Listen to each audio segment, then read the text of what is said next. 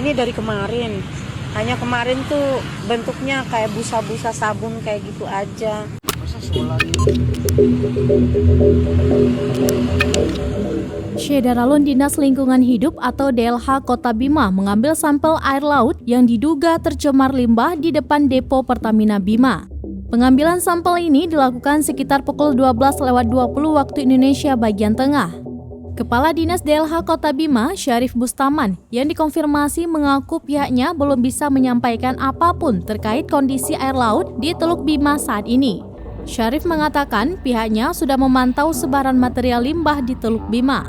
Secara kasat mata, limbah ini semacam jelly foam, namun kandungannya masih harus diuji.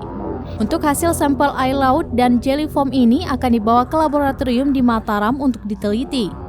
Sejauh ini belum ada yang mengetahui secara pasti dari mana datangnya cairan kecoklatan yang memenuhi Teluk Bima sejak kemarin.